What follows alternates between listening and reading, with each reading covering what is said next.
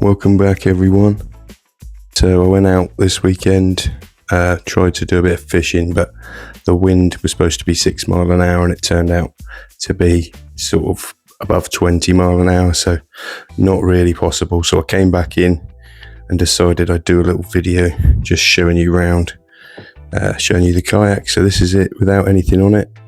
Just got my wheels and just that. So this is the Jonny Boats Bass 100 kayak. So I've got these nice little nav lights that go on the front, your green and red. So that just clicks in. It's just got a little locking pin on the back, and I've got another one on the back which is just a white light. You can have that either just stationary or sort of flashing, and that mounts to this flagpole here, which is nice. And that's got another one of these clicking sort of locking connectors on it. That just pulls out like that, and you can lock that in place, which is nice. Yeah, the boat's got a lovely little seat on it. Actually, you can sort of fix it down to the bottom so it doesn't go anywhere, or you can lift it right up, and then you've got different heights at the top where you can sort of slide it all the way back if you want to sit further back. So yeah, spot on, lovely little seat, that nice and comfortable for the day. Yeah, it's got a huge scupper plug at the back there underneath the seat, so any water that does get in will just get straight back out, so you haven't got to worry about any water getting in or staying in. So yeah, spot on, lovely little seat. So I've got a couple of different rod holders here. I've got one on the track mount that comes with the Jonny Bass, so you have to buy these mounts. But these are lovely. These are just little quick release mounts, and they've got little locks on them just in case anything happens, so you don't lose your gear. And I actually fitted this T-track system, so I've got another rod holder here, so it just gives me a bit of flexibility, so I can move the rod holders around the kayak depending on what I'm doing. So yeah, nice and easy to install that one. I've got a couple of rod holders on the back, so I've just got a net in there at the moment, but I usually use the ones on the front and store one on the back. So I've got a couple of spares. But yeah, the track system, you have to buy these special clips, and then you just push them forward, and then that will pull out like that, and then it just locks in with that little orange clip. So just in case you accidentally dropped it or knocked it off, then you've got a bit of extra security. So yeah, this is us all set up, ready to go. So I've got my fish finder on there, got my paddle holder on the side, got all my rod holders and everything. I've got a thruster system, which I'll show you in a bit. My 2 thrusters there that you can see. Yeah, cut a rod and a rubber net in the back. But yeah, the Jonny Bass has got one of these movable pedal systems, so these are spot on. I think I've seen people attach these to rudders as well, but you just flick the little red handle, and then you can shift the pedals to wherever you want, and then flick it back to lock it in place. So yeah, super easy. Maybe not the strongest, I suppose, but I'm not using them for steering, I'm just using them for resting my feet, so not really an issue. If you're not using the motor pod, which I'm not, you get loads of storage in here, so I usually keep all my tackle in there. I've got some connections in there for the fish finder and that, the electrical connections, but that just locks in there. But you can get a motor pod that goes in there instead if you wanted to power it. But let me just show you how much space we got in here. Just get rid of my lures. But yeah, loads and loads of room in here. Not sort of waterproof, but certainly splash proof while you're in the water, so you can keep all your stuff in there fairly dry.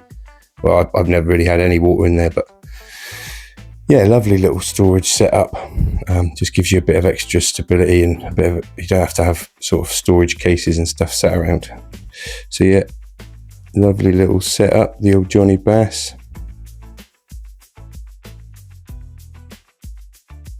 So this is the battery. This is a new one. This is a 150 amp hour LifePo 4 lithium phosphate.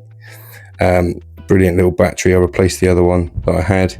It's got different connections on it, so I put this on-off out switch in so that you can isolate it and disconnect it while you're on the water if you need to.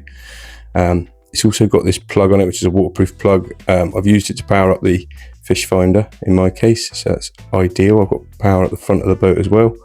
It's got these two heavy output screw connectors on the back, which work perfect, no issues with them. It's got an SOC meter on the front, so you can see what all the battery percentage is. Anderson plug on the side, and then different waterproof connectors. And it's also got a 12-volt cigarette plug on it as well. So brilliant little battery, that 150 amp hour. So yeah, plenty of juice to sort of keep me going throughout my trip. I've been out for hours and hours and come back at 90%. So I've never really actually managed to find out what it's capable of, but I don't think the LifePo 4 batteries have a lot of sort of drop on them when they get to the end. I think they're sort of got a fast sort of drop off curve. So I think if it did go, it will go fairly quick, but I've been out for hours and it's certainly not even indicated that it's near the halfway. So this is the box here, look. So you've got your little cigarette lighter there. This is the other plug there. It's that waterproof plug I use for my fish finder.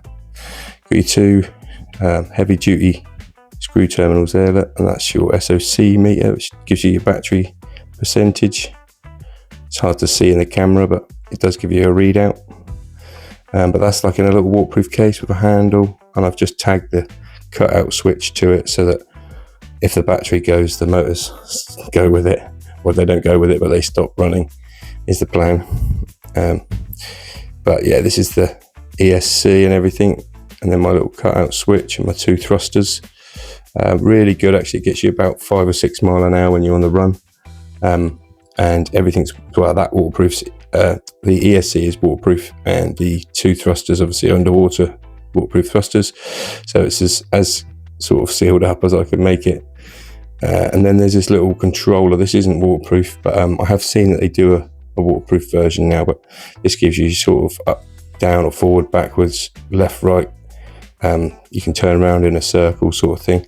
It's pretty good. Turning's a little bit slower, but forward and backward nice and fast. And there's a little cruise control button on the back, so you can push it forward, put it into cruise control, and then just hold your speed steady, which is really nice. So yeah, so I've got another couple of these connectors, the rail connectors. So these are the Jonny Bass feel-free ones. So you do have to buy that type of connector, and then you can mount whatever you want. There's a nice little hole hatch here, so you can get into the hole and access it, get your cables through, or whatever you need to do. I might put my power cables through at some point, but yeah, I just haven't got around to it at this point. I've got a nice couple of tie downs here at the back, so I'm going to look at tying the battery down as well, so I don't lose that if ever I do go over. On the back here, there's a transom mount, so these are designed to have an outboard up to about 2.5 horsepower on the back. I have got the metal transom mount to go on there, but I'm using the thrusters. They're brilliant.